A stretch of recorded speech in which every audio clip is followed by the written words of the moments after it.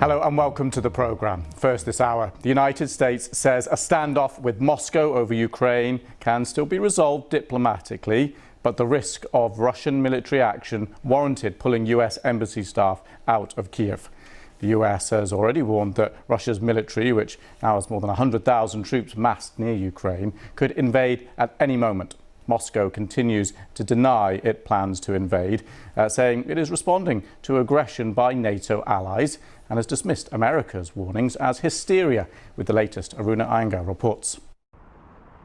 A frosty phone call between Russia and the US has not yielded much. The two powers are a long way apart. The Defence Secretary, Ben Wallace, has likened these diplomatic efforts to appeasement ahead of the Second World War. He says the reality is that Russia is highly likely to invade Ukraine and warns that Russia's military presence on Ukraine's borders is so large they could launch an offensive at any time. But Russia does have over 100,000 troops massed on Ukraine's borders. It accuses NATO of not taking its security concerns seriously and wants the defence bloc to promise never to admit Ukraine to its membership. Russia has tried to play down the threat of its military presence, saying the US is whipping up hysteria over an imminent invasion. War can take an unpredictable path, and we think if Russia does act in the way that we fear it will bring tremendous hardship and greater insecurity into the heart of Europe, and that is a concern to all of us. There are fears that Russia may initiate a so-called false flag operation. This might involve attacks on pro-Russian groups in Ukraine to create a pretext for an invasion. He has showed that Russia will not be ignored. Don't forget that only 6 months ago, everyone was talking about China, particularly the Biden administration. So Putin has succeeded in getting his demands discussed publicly, being again the center of attention, and trying to demonstrate that Russia is still a great power, despite the fact that it is actually a declining power. If Russia does invade, President Biden says that NATO countries will use sanctions to cripple the Russian economy. NATO is supplying weaponry to Ukraine and other Eastern European countries, but says it will not land troops in Ukraine. Time is running out for a peaceful solution. The US, the UK and other countries have told their citizens to leave Ukraine immediately. Aruna Iyengar, BBC News. Right, let's get some of the latest diplomatic developments now. As we've just been reporting, the US Secretary of State Antony Blinken has said the US embassy in Kyiv was evacuated due to the, quote, imminent threat of Russian military action there. He spoke after Ukraine's president called for calm, saying the biggest enemy was panic. More than a dozen countries have urged their citizens to leave Ukraine. And there have been further attempts to diffuse tensions in the region. In a phone call, President Joe Biden warned Russian leader Vladimir Putin of swift and severe costs if Russia sends in troops.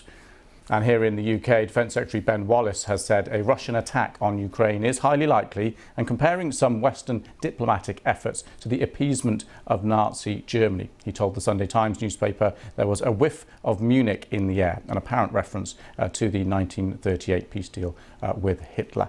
Well, Ukraine's ambassador to the UK, Vadim Pristaiko, is with me now. Thank you very much for coming onto the programme. Can I start with those comments by Ben Wallace here, comparing these diplomatic efforts to appeasement with Hitler? What's your reaction to that? I would like to believe that we learned this lesson from 1938, and we won't be get into the same trap. At the same time, we would like to tell that all the cards really on the table right now. Everything which could be done collectively or individually by Western leaders was already done. What we can have now is just how to, find a delicate balance between panic and readiness to fight. Ukraine is saying that we are resisting, we will fight. At the same time, this panic, the people being withdrawn, the money are leaving Ukraine. This is something which is hurting Ukraine. It just might be the whole idea of Putin to stay where here without even one shot, without one soldier crossing the border to achieve the goal. So are you saying this Western diplomacy, these warnings from the US and the UK and Europe are actually doing Putin's job for him? Maybe unintentionally, yes. What is happening here, that we've been in a war for 7 years. We grew quite a thick skin to the imminent danger of Putin to increase even more than it's already here. For many leaders around the globe, for many big outlets like yours, to see this preparation, they somehow come to idea that's something new, something truly dangerous. We already lost 13,500 people, so we're in a war right now. We don't need more of this. We'd like to resolve it diplomatically, and there is still a chance for this. Well, do you believe, therefore, that Putin, when he says no plans for invasion... I don't believe Putin. You don't believe Putin? No, unfortunately, we can't. He was telling that he is not in Crimea. In a year, he mentioned and recognized, I had to send some soldiers. Then he was saying that he was not killing our people, although even Russians were putting on internet videos how they are shooting from their own, with artillery, from their own territory. How can we trust him? I spoke 24 hours ago on this channel to a former aide of Putin, Sergei Markov, and he said any invasion would be due to Ukrainian aggression if it happened, and would be, quote, a liberation of Ukraine, not an invasion. How do you feel hearing that? We don't need to be liberated by Russian Federation, that's for sure. There is very good saying that Russian-speaking people are in danger in Ukraine only in the places where it's already occupied by Putin.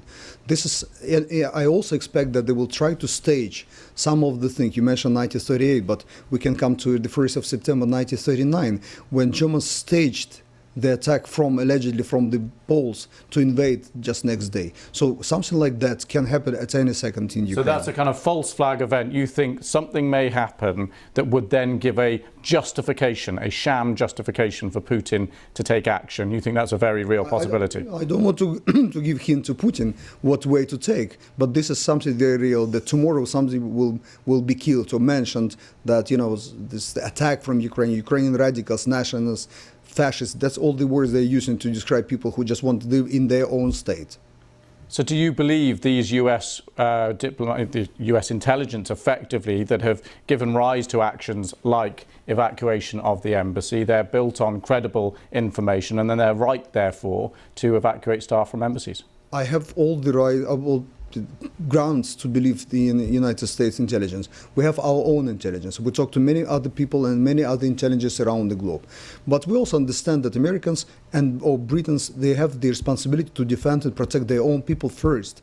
So the staff of the embassy, their members of families, they are just citizens of the UK or United States, have to be protected by your own governments. We do understand. And what do you want the West to do now? We want them to stay strong with us. Sometimes it means political united message. Sometimes it's the weapons, which some nations like yours are already providing. But seeing how this high liquidity papers are leaving Ukraine from the economy and just struggling with that right now, we might think of something like package to help Ukraine immediately to fight with this uncertainty, economic uncertainty. And have you asked Prime Minister Boris Johnson for that? We asked Prime Minister Johnson when he was in Kyiv many things. I was in Kyiv when he was in a visit.